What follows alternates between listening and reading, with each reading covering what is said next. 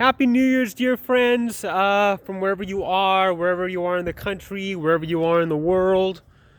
Doing my year-long reflection. So, where do I begin? 2021, for me, December 31st, 2021, is ending an era. I am finally about to move out of Boston, where I have lived since February of 2018. It's been a long time here, but when Boston was an amazing place when I first came here. I actually really liked it. No jokes here, no jokes. I genuinely liked living here. Obviously the pandemic changed everything, changed the people, changed the state. I kind of thought it'd be over by now, but it's not even close. Nevertheless, for me, 2021 was a big travel year for me. And I know I say that every year, but what's different about 2021 is I broke an all-time travel record this year. And I'm not saying that to brag about it. I was in Florida January and March. I was briefly in South Carolina in, I think, May, Myrtle Beach, visiting.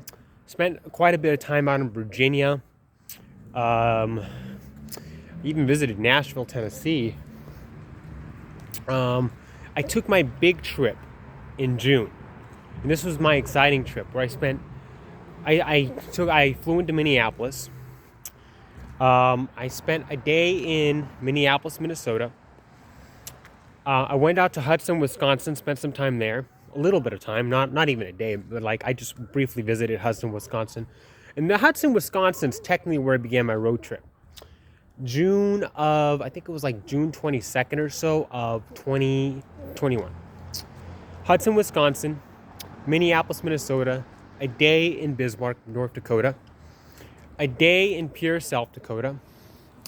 Bismarck, North Dakota is where I visited the historic and it's going to be in the history books. Native American Indian reservation called Standing Rock. I took a full tour of it. It was amazing. A one-on-one tour with me and one lady. I had a wonderful time in North Dakota. Loved every bit of it. I sang karaoke at the Craftcade in Bismarck. I sang Old Rugged Cross. So I'll cherish the old rugged cross. And it was wonderful. It was wonderful. I loved every bit of it. I explored, got to know North Dakotans, what the life was like in North Dakota. I spent a lot of time talking to my host in Bismarck, North Dakota, who told me some just crazy stories. One story was like her mother last year was dying, and she knew her mother did not have COVID. The doctors tried to list her mother's death as COVID anyway, even though her mother was dying of heart problems. She had to fight tooth and nail to stop him from listing the death as COVID.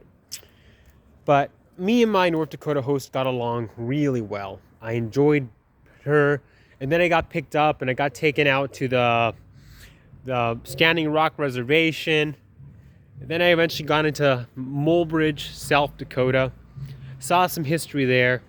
Continued on to Pierre. Pierre, South Dakota. Oh man. I initially had an Airbnb booked in the middle of nowhere. I did not know where this was. It was a crazy hassle having to cancel that Airbnb. So when I got to Pierre, my generous tour guide, so to speak, one-on-one, ended up showing me around some hotels in Pierre, South Dakota, where I stayed the next night.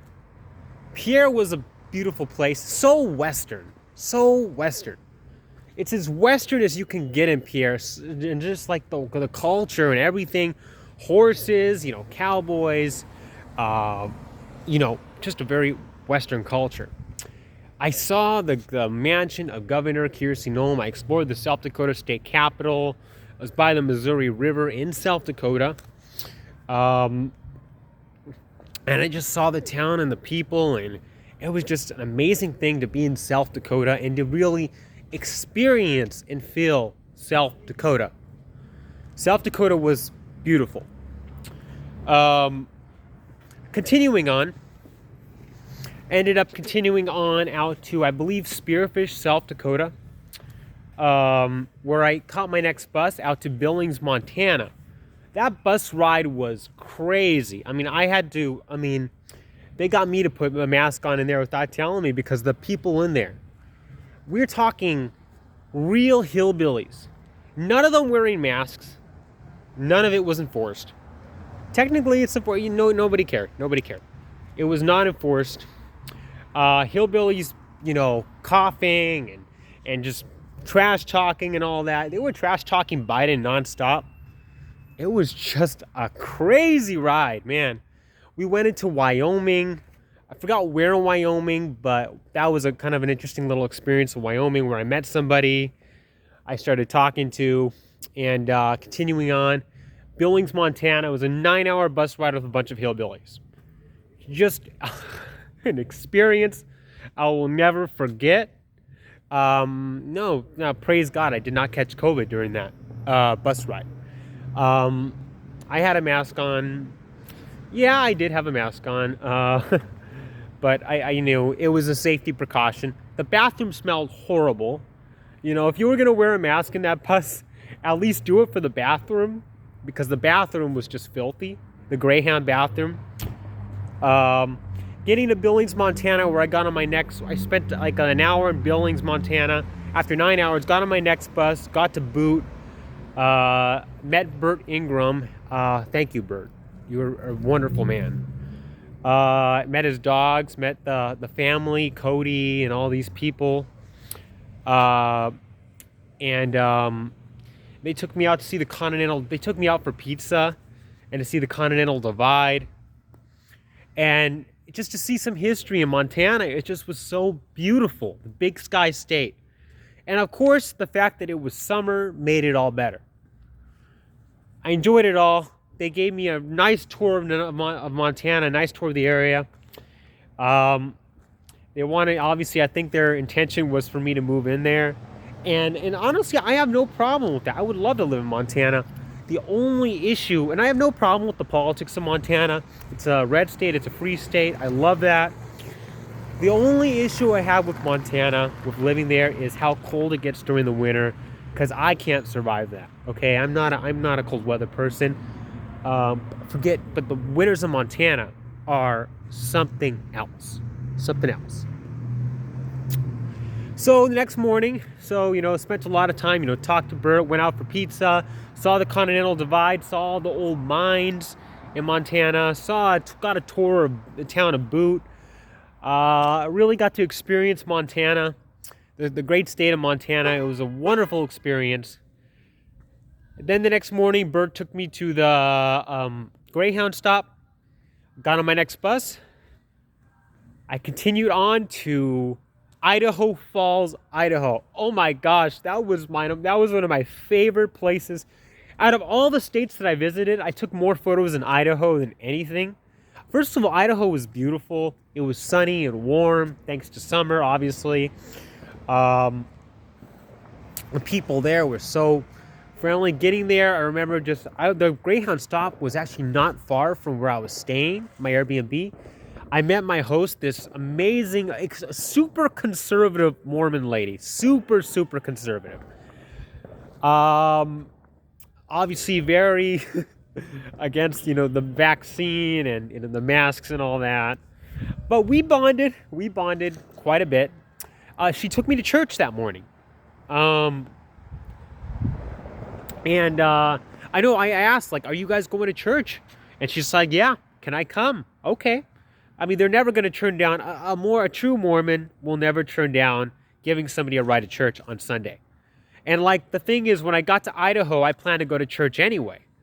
So it worked out great. I went to church, obviously a Mormon church. I met, the Mormon people there. Enjoyed every bit of it. A beautiful service. Loved it. went out to, after that, she drove me to the Museum of Idaho, where I just learned all about the history of the state of Idaho. And then after that, I just kind of walked around the town of Idaho Falls, went into the cafes, went into the shops, and it just was so Idaho-like. The people there were just so different. It was Idaho. And the people were so fascinating. And I just went on these nature walks and just kind of seeing the beauty of the nature and the scenery. And Idaho was just amazing. I went to eat at a Mexican restaurant. That was probably the most disappointing part of the trip because the Mexican restaurant wasn't the best. I mean, the best Mexican restaurant I've ever been to, and this is a story I like to tell people, was in Oklahoma City, of all places. So Oklahoma City was the best Mexican food I ever had. Not Mexico itself, not Arizona, where you would think. Oklahoma City. I went to a Mexican restaurant that was amazing. I got amazing vegetarian enchiladas. It was perfect. Then I got this Mexican pastry after that. It was just amazing. It was the best Mexican food I've ever had. And I got it in Oklahoma City, of all places. Of course, that was in 2020, the previous year. And then I went home. Then I explored a little more. Then I went back to my place. Had a long conversation with my host. And it was so awesome talking about her. She said, I like it when people agree with me. She's like a very, very, very conservative person. Very, very conservative. But we bonded so much. I'm not even kidding.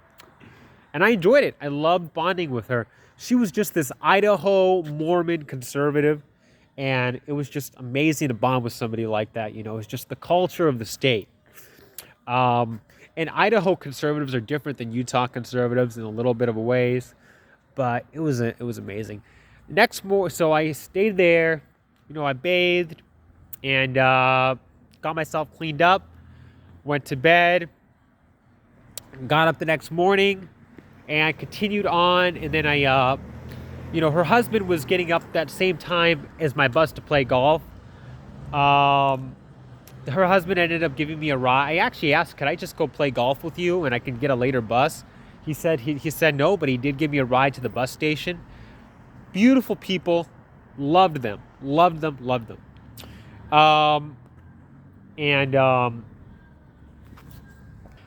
continued on to Utah.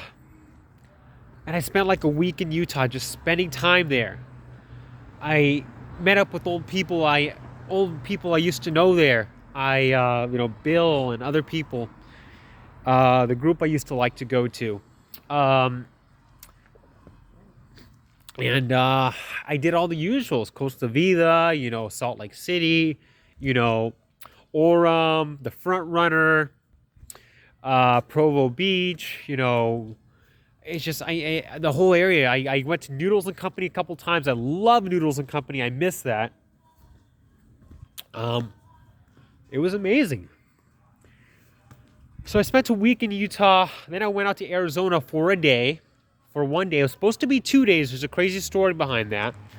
I was supposed to go to Arizona for 2 days to see family. That was messed up because I missed my flight out of Salt Lake. True story. I got to the airport 45 minutes before my flight left. I thought I was going to be able to grab my ticket, rush to security, and get on the plane. And I usually do that. I do that okay. Unfortunately, the ticket counter closed closes 45 minutes before departure. So I missed my plane. I started to get into panic mode. I'm not going to get to Arizona. I'm not going to have a lot of time in Arizona, yada, yada, yada.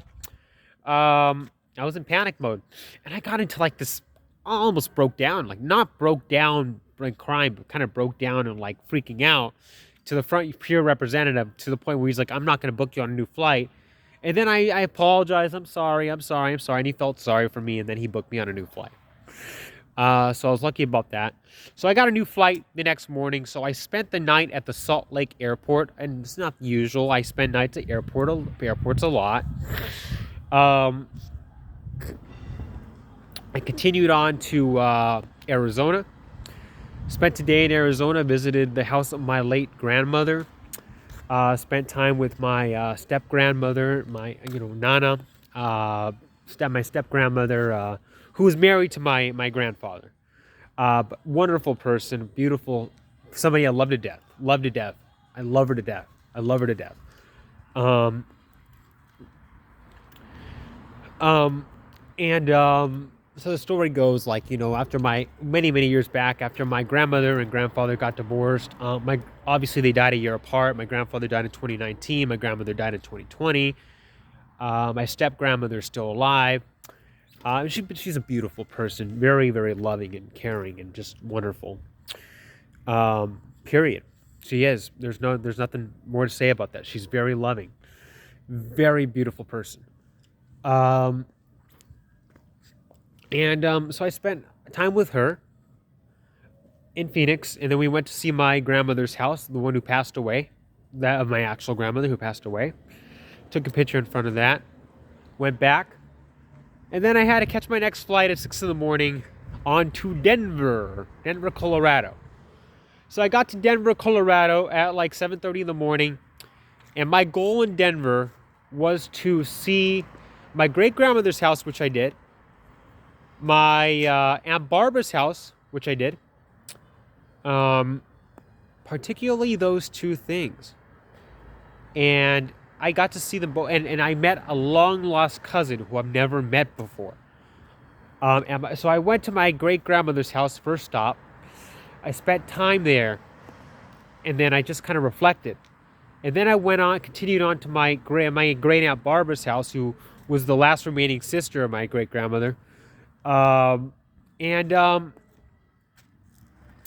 I went out, I continued on there, and I found out, and I met a cousin who lived there, a long-lost cousin who I've never met before. It was so beautiful, and we just bonded and got to know each other. It was a cousin who I've never met. It was like a second or third cousin, but I've never met her in my life, and she lives there now. And I would love to go back to see her one day in Denver. I love her to death, even though I only met her once. She gave me a tour of what's become of my great Aunt Barbara's house, and it was just beautiful to be back in the house. I mean, her spirit lives on through her. I'm serious. And then I went to the cemetery in Denver to see the graves of my great-grandmother, my Aunt Barbara, and my Uncle Chris. I saw my Uncle Chris's grave. I think I saw somebody else's grave, but I think I wasn't able to find the other two graves. My Auntie Fran was on like Zoom or something like that, giving me instructions on how to get there. My phone died. So that's why I wasn't able to find the two graves that I was looking for. But I found one, which was my Uncle Chris. And I was very happy to see that. Very happy to see that. And I was happy to see that. My Uncle Chris was a wonderful Christian man. And by Christian, I mean like he was saved and sealed to the day of redemption. Jesus loving, not even Catholic. He was just a Jesus lover altogether. Very evangelical, so to speak, but a person very devout to the Lord. Like one of the most devout people to the Lord I've ever known. Like, personal relationship with Jesus Christ is not religion, it's relationship. And obviously he died of a heart attack in 2013, I think, 2014. So I saw his grave. It was beautiful to see it. I couldn't find the graves of the other two because my phone died. Some nice people helped me get back to Denver Union Station. And then I was able to go there to Denver Union Station and get on my next flight, which was leaving that night out of like nine something that night, something like that. And it was on United, aka Continental. Well, it used to be Continental, but it's now it's not called United. I went to Liberty, Missouri. I flew from Denver to Kansas City, Missouri, to see the grave. No, not the grave. To go to visit the Missouri River, where I was baptized by Doug Perry. You can find it, FOTM1, Javier's Baptism. Jesus gets all the glory. And God is good. I stayed at my Airbnb. My first attempt to find it was a miserable failure that resulted in me getting lost in the middle of a forest, eventually having to call police to come rescue me. That was a crazy story in its own. But then I realized it was actually at La Bonite Park in Sugar Creek, Missouri. And I ended up making it out there the next day. And it was a success. And then I spent time reflecting there. I prayed there. I made a video there. I put my cousin Diego's ashes in that river. And there's a video of that too. At least what was left of them, because the first time the video came up bad and that was the majority of them. But I had a little bit left and I put the rest of them in there. Praise God. And it was just a time of reflection and prayer and just kind of remembrance. And I was grateful I did that. And that will always be a spot I can go to pray to. Go there just to reflect and pray, you know. La Bonite Park in Sugar Creek, Missouri, by the Missouri River. So then I went to Kansas. We're talking Kansas, not just Kansas, not Missouri. We're talking Kansas. Missouri. I was in Missouri, but then everything else was in Missouri. But I went to Kansas after that, and I ate at this nice pizza place in Kansas. Continuing on, Kansas. Kansas was awesome. I just kind of explored it, just kind of got a vibe of Kansas. And then that night, I continued on my journey back to Chicago. Got on my bus, and I went back to Chicago in time to make another flight. This time I was actually getting ready to go back home. Okay. So, I mean, there was like a very short window period of time. Like, I was cutting it close, and I knew I was taking the risk of cutting it close. And that's because my flight made a stop in Indianapolis, Indiana. And I was so happy. That was a real treat for me. It really was, because that was not expected. So I went into Iowa first, from Missouri into Iowa. I switched buses in Des Moines, so I had like an hour layover in Des Moines. And then I continued on from Des Moines, Iowa. I talked to like an Iowan lady over there, by the way. Got into a long conversation. She reminds me of Laura Hag.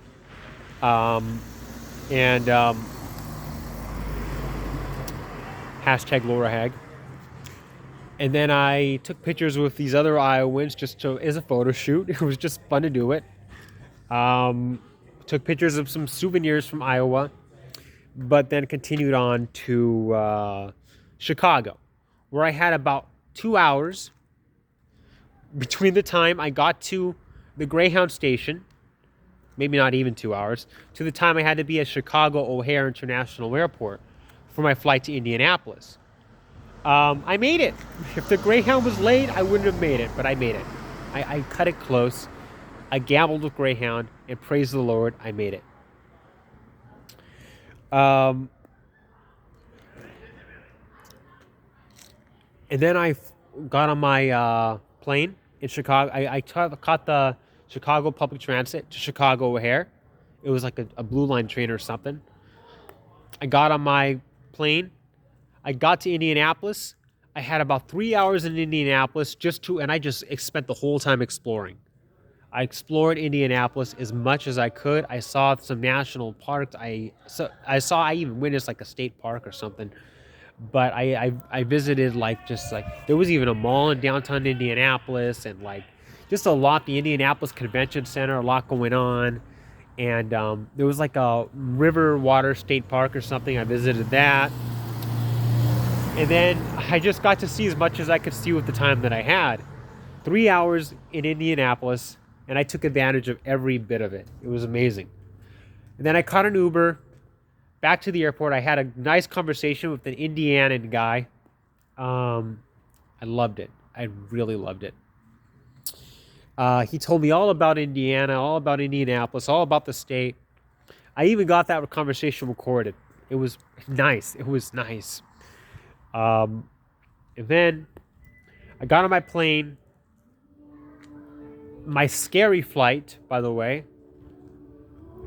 Why do I call it a scary flight? Because of the numbers of the flight. It was flight blank.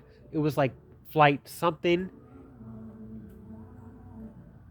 It was flight something 666. And it was like scary. It was like scaring the daylights out of people every time they, like, put it on the podcast or not the podcast, on the intercom. Flight 4666 to New York LaGuardia is now boarding. We are now paging passengers for flight 4. I don't want to keep saying the numbers, but you know, they're evil numbers.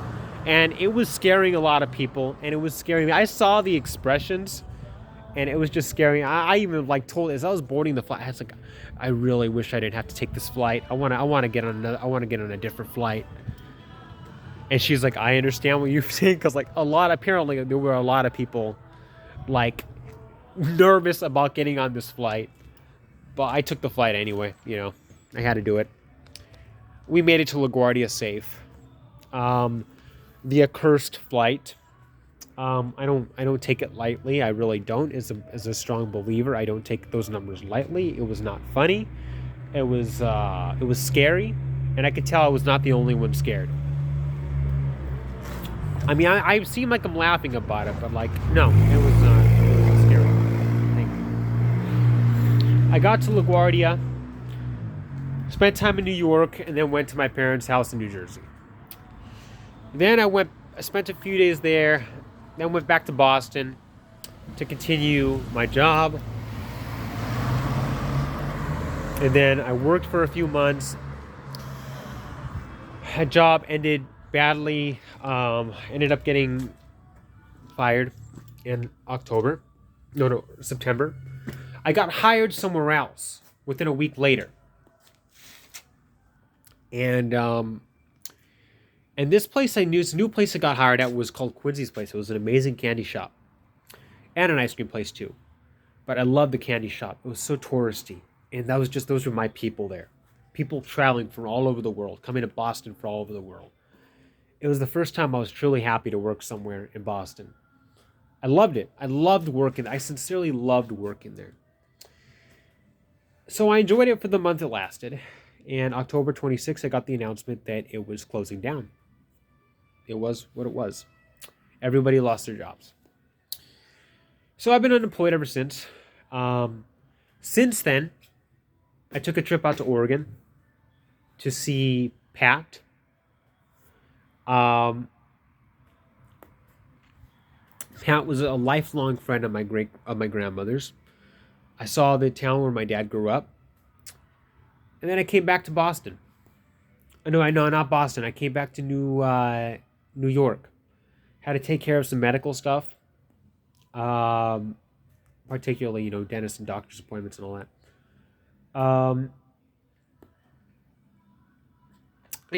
That's what it was.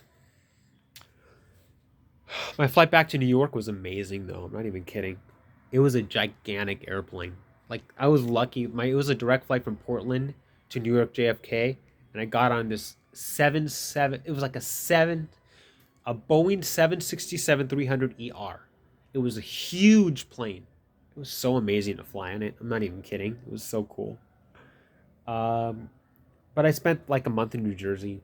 Went to Boston. Came back to Boston for Thanksgiving. Then went back to New Jersey, and now I'm back in Boston now. And these are my last days in Boston, which is crazy.